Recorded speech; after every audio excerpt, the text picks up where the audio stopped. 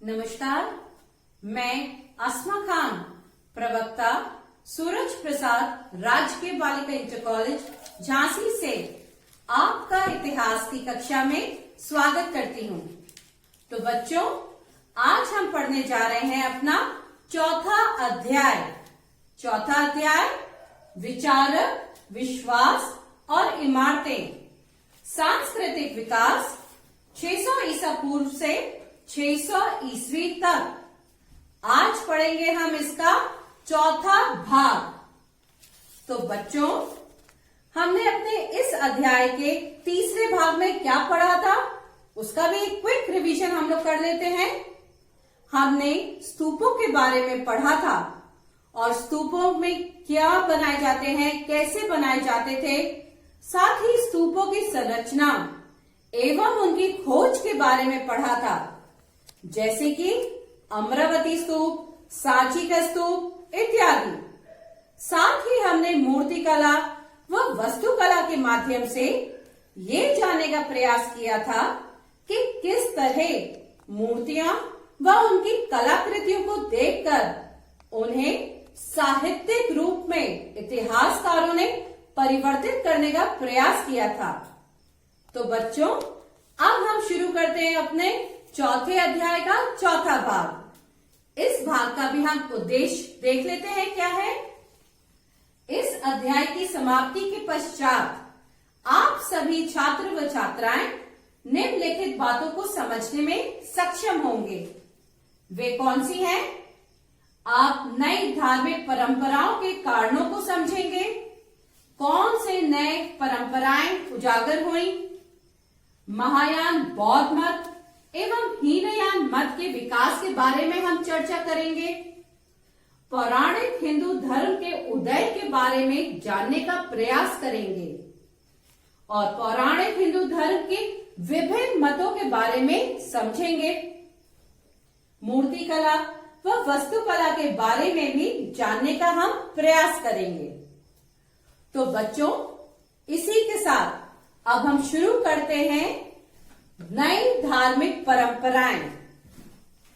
महात्मा बुद्ध की मृत्यु के उपरांत उनके अनुयायियों में मतभेद उभरने लगे और ठेर भिक्षुओं ने मतभेद रखने वाले भिक्षुओं को संघ से अलग कर दिया। अलग हुए इन भिक्षुओं ने अपना संघ बना लिया और स्वयं को महासांघिक एवं जिन्होंने निकाला था उन्हें हीन सांघिक नाम दिया, जो कि कालांतर में हीनयान और महायान के नाम से प्रसिद्ध हुए। तो इसी तरह से महायान बौद्ध मत का विकास हुआ। प्रारंभिक बौद्ध मत में निब्बान के लिए व्यक्तिगत प्रयास को विशेष महत्व दिया गया। अब प्रारंभिक बौद्ध मत में व्यक्तिगत प्रयास को महत्व दिया गया। बुद्ध को भी एक मानव या मनुष्य समझा जाता था, जिन्होंने व्यक्तिगत प्रयास में ज्ञान और निर्वाण प्राप्त किया। परंतु धीरे धीरे एक मुक्तिदाता की कल्पना उभरने लगी और ये विश्वास किया जाने लगा कि वे मुक्ति की दिलाने के लिए दिला सकते हैं। साथ ही बोधिसत्व की अवधारणा भी उभरने लगी और यहीं से एक दयावान प्राणी के रूप में माना जाने लगा कि अपने अच्छे कर्मों से ज्ञान और पुण्य कमाते हैं। लोगों का मानना था कि ये दयावान प्राणी ने जो पुण्य और ज्ञान प्राप्त किया है, वे स्वयं के लिए नहीं बल्कि वे दूसरों की सहायता के लिए किया है। और इन्हीं कारणों से बुद्ध और बोधिसत्वों को मूर्तियों के रूप में पूजा जाने लगा और इनसे प्रार्थना भी की जाने लगी। वे सब लोगों के कष्टों का निदान करेंगे। चिंतन की इस नई परंपरा को महायान के नाम से जाना गया। इसी के साथ हीनयान मत का विकास हुआ। अब बौद्ध मत की दूसरी जो शाखा थी उसे हीनयान कहा गया। ये पुरानी परंपरा के अनुयायी थे और इस मत के लोगों का आधार अष्टांगिक मार्ग होता है। जिन लोगों ने इन विश्वासों को अपनाया उन्होंने पुरानी परंपरा हीनयान नाम से संबोधित किया। हीनयान या थेरावाद, महायान के अनुयायी दूसरी बौद्ध परंपराओं के समर्थकों को हीनयान के अनुयायी कहते थे। वे क्या कहते थे? उनका ये मानना था कि जीवन तो कष्टमय और क्षणभंगुर मानते थे वे, और इन कष्टों से छुटकारा पाने के लिए व्यक्ति को स्वयं ही प्रयास करना होगा, क्योंकि आपकी सहायता करने के लिए ना कोई ईश्वर है और ना कोई देवी और ना देवता। साथ ही बुद्ध की उपासना करना भी हीनयान विरुद्ध कर्म है। फिर पुरातन परंपरा के अनुयायी खुद को थेरावादी कहते थे, और इसका मतलब है, यानी थेरावादी क्या है? वे लोग जिन्होंने पुराने प्रतिष्ठित शिक्षकों, जिन्हें थेर कहते थे, के बारे में बताए रास्ते पर चलते थे। अब बच्चों हम इसी क्रम में आगे बढ़ते हैं और देखते हैं पौराणिक हिंदू धर्म। पौराणिक हिंदू धर्म का उदय। हिंदू धर्म, सनातन धर्म एक धर्म या जीवन पद्धति है जिसके अनुसार संसार के सभी प्राणियों में आत्मा होती है। मनुष्य ही एक ऐसा प्राणी है जो इस लोक में पाप और पुण्य भोग सकता है। हिंदू धर्म में 4 मुख्य संप्रदाय हैं। पहला वैष्णव, जो विष्णु को परमेश्वर मानता है। दूसरा शैव, जो शिव को परमेश्वर मानते हैं। तीसरा शाक्त, जो देवी को परम शक्ति मानते हैं। और चौथा स्मार्त, जो परमेश्वर के विभिन्न रूपों को एक ही समान मानते हैं। वैष्णव ये वह हिंदू परंपरा है जिसमें विष्णु को सबसे महत्वपूर्ण देवता माना जाता है। शैव ये वह संकल्पना है जिसमें शिव परमेश्वर है। अब इस काल में बौद्ध मतों की तरह हिंदू धर्म में भी मुक्तिदाता की कल्पना का विकास हो रहा था।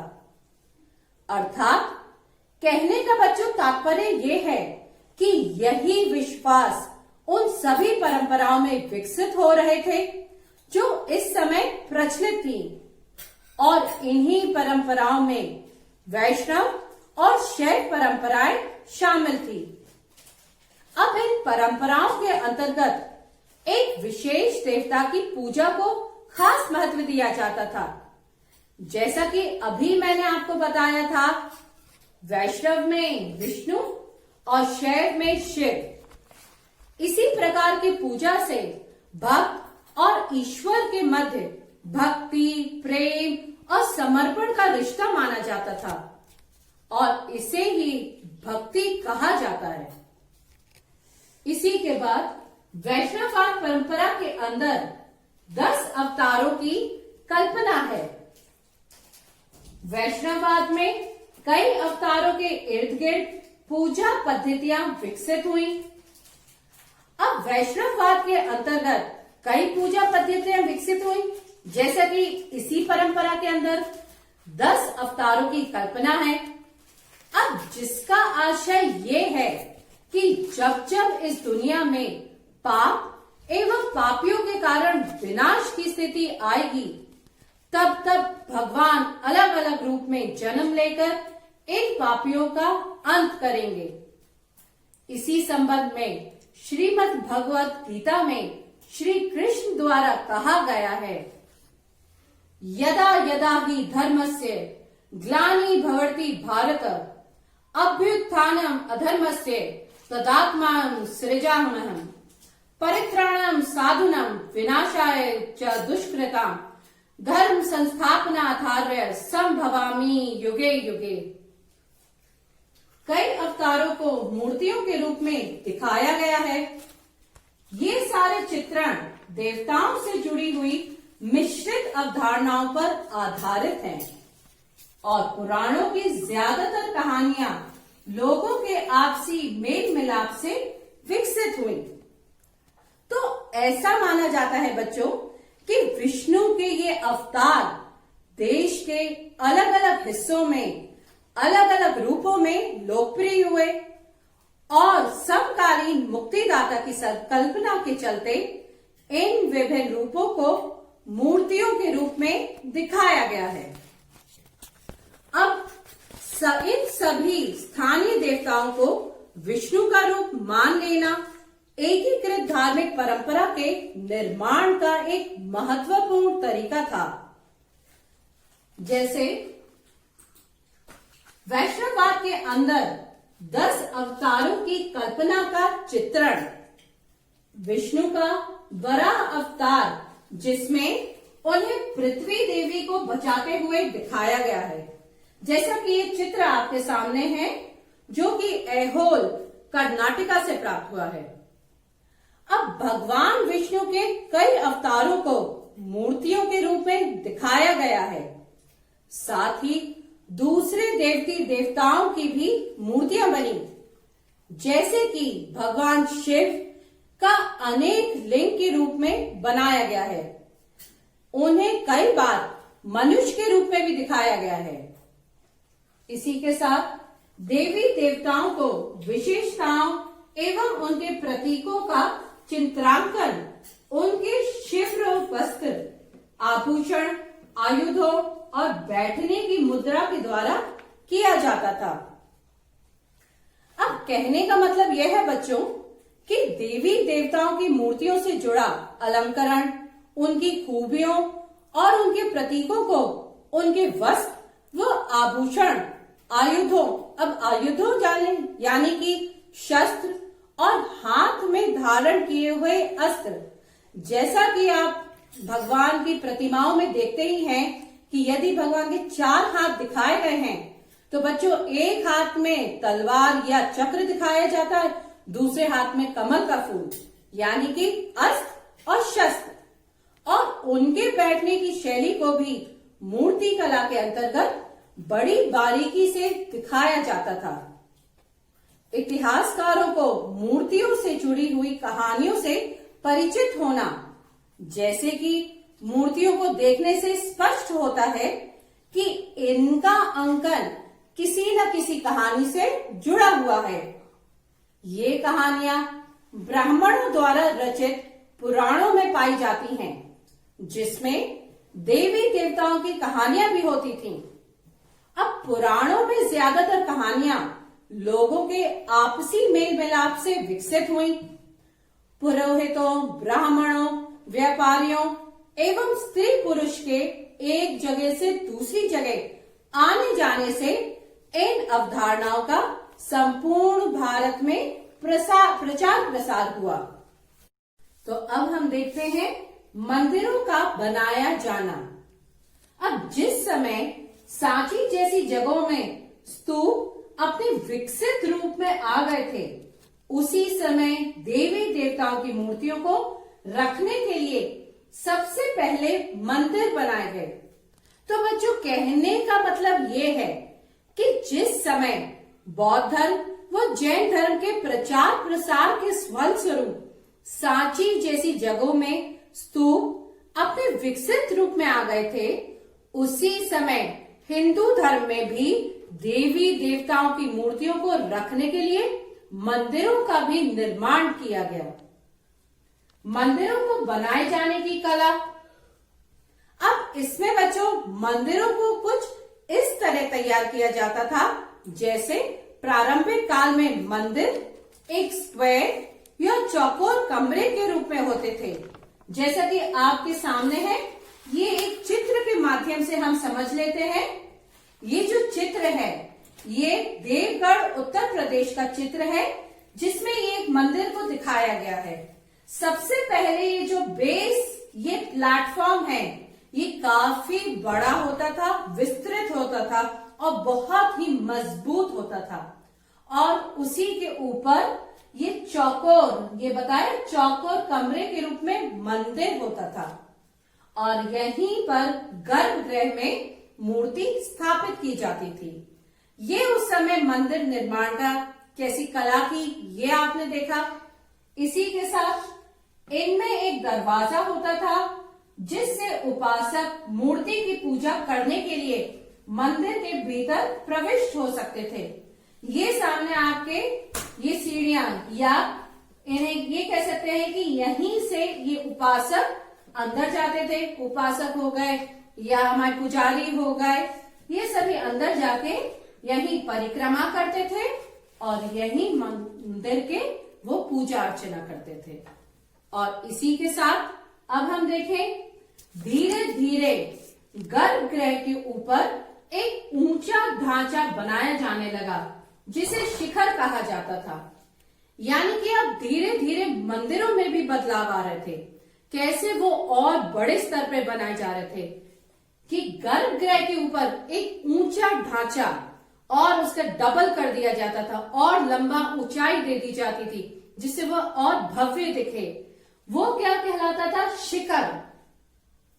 मंदिर की दीवारों पर अक्सर भित्ति चित्र उत्कीर्ण किए जाते थे। ये चित्र अंदर, मंदिर के अंदर व बाहर उसको और सुंदर दिखाने के लिए, आकर्षित करने के लिए किए जाते थे। बाद के युगों में मंदिरों के स्थापत्य का काफी विकास हुआ। अब मंदिरों के साथ विशाल सभा स्थल, ऊंचे दीवारें और तोरण भी जुड़ गए थे। अब मंदिरों में धीरे धीरे और बदलाव आ रहा था और भव्य व सुंदर होते जा रहे थे, जिसमें तोरण द्वार भी लगाया जाने लगा था। उनके विशाल सभा स्थल बनाए जाने लगे थे।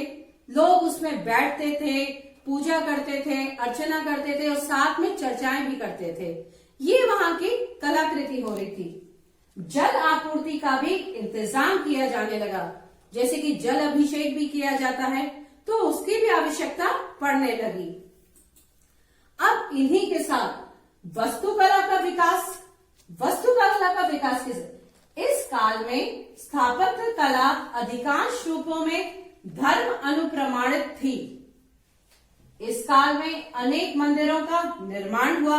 यह भी मैंने आपको बताया किस तरीके से निर्माण हुआ, जिसमें देवगढ़ का 10 अवतार मंदिर है, भूमरा का शिव मंदिर है, नाचना का पार्वती मंदिर है, तिगवा का विष्णु मंदिर तथा भीतरगांव का मंदिर अपनी उत्कृष्ट कला के लिए उल्लेखनीय है।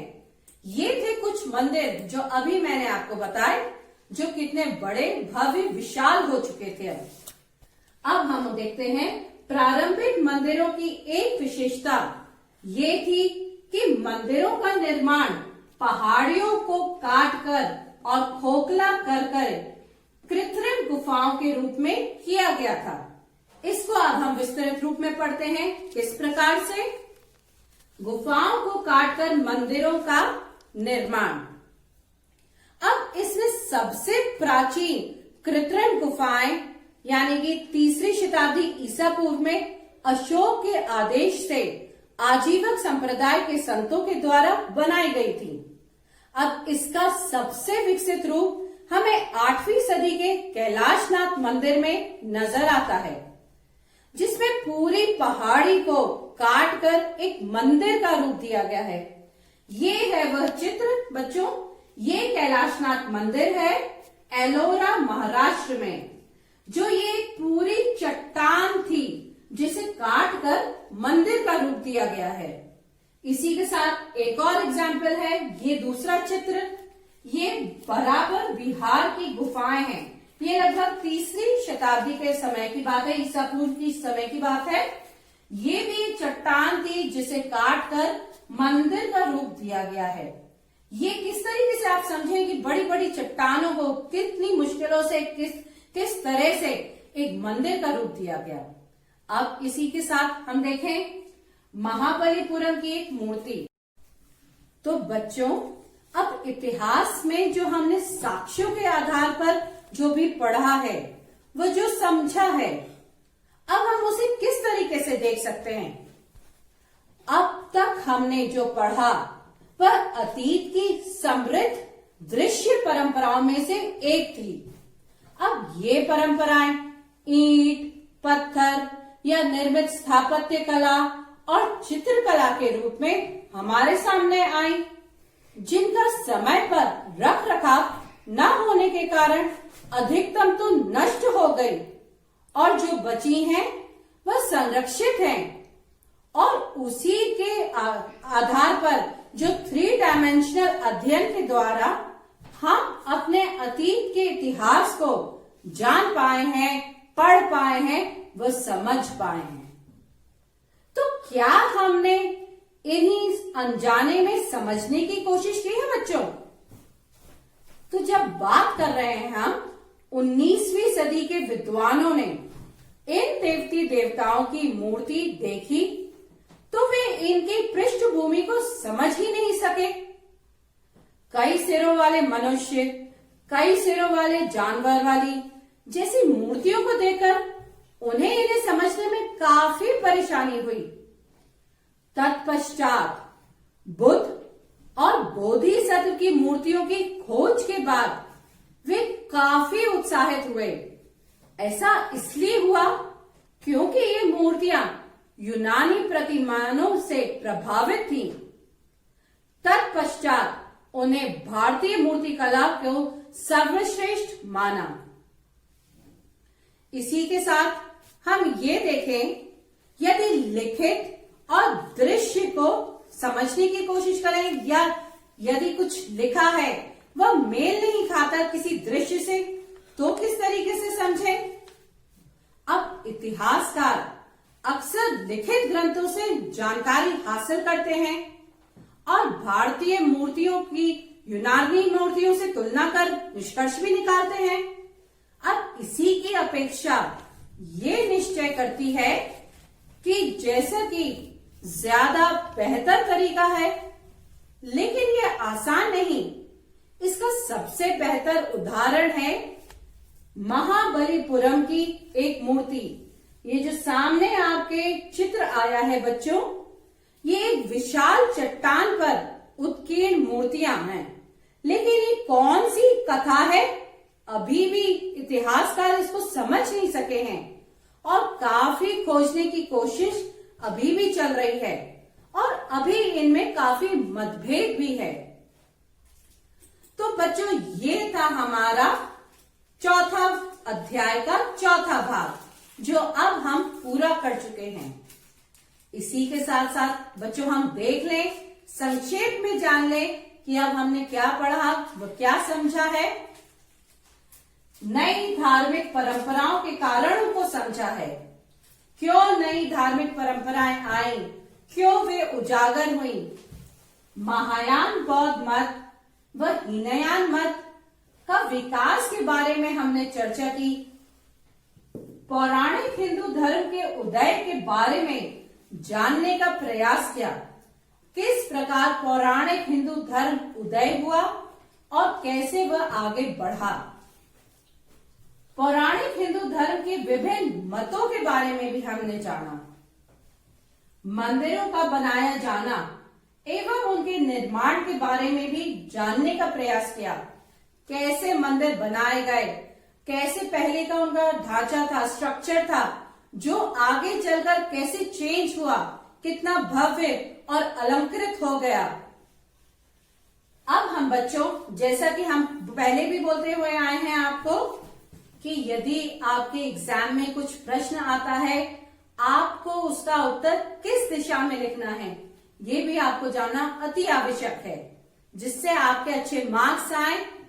तो उसके लिए भी बच्चों मैं आपके लिए एक क्वेश्चन लेके आई हूं, उसका आंसर फॉर्मेट कैसा होना चाहिए वो भी है। तो प्रश्न देखें हम। वैष्णववाद और शैववाद के उदय से जुड़ी वास्तुकला और मूर्तिकला के विकास की चर्चा कीजिए। यदि इस तरीके का प्रश्न आता है तो आपका आंसर किस दिशा में होगा ये भी समझ लीजिए। 600 ईसा पूर्व से 600 ईस्वी तक के काल में वैष्णववाद और शैववाद का भी पर्याप्त विस्तार हुआ। इन दोनों परंपराओं में एक देवता विशेष की पूजा पर विशेष बल दिया जाता था। वैष्णव परंपरा में विष्णु की और शैव परंपरा में शिव को सर्वाधिक महत्वपूर्ण देवता माना जाता था। दोनों परंपराएं पौराणिक हिंदू धर्म से संबंधित थीं और दोनों के अंतर्गत मूर्ति कला का विशेष विकास हुआ। मूर्ति कला का विकास अब वो किस तरह से? अवतारवाद की भावना वैष्णव धर्म की एक महत्वपूर्ण विशेषता थी। इसमें विष्णु के अवतारों की पूजा पर बल दिया गया। विष्णु के अनेक अवतारों की मूर्तियां बनाई गईं और अन्य देवी देवताओं की मूर्तियां भी बनाई जाती थी। इसी के साथ सभी चित्रों का आधार देवी देवताओं से जुड़ी मिश्रित अवधारणाएं थीं। देवी देवताओं को विशेषताओं एवं उनके प्रतीकों का चित्रांकन, उनके शिरोवस्त्र, आभूषण, आयुधों जैसा अस्त्र शस्त्र अभी बताया और बैठने की मुद्रा के द्वारा किया जाता था।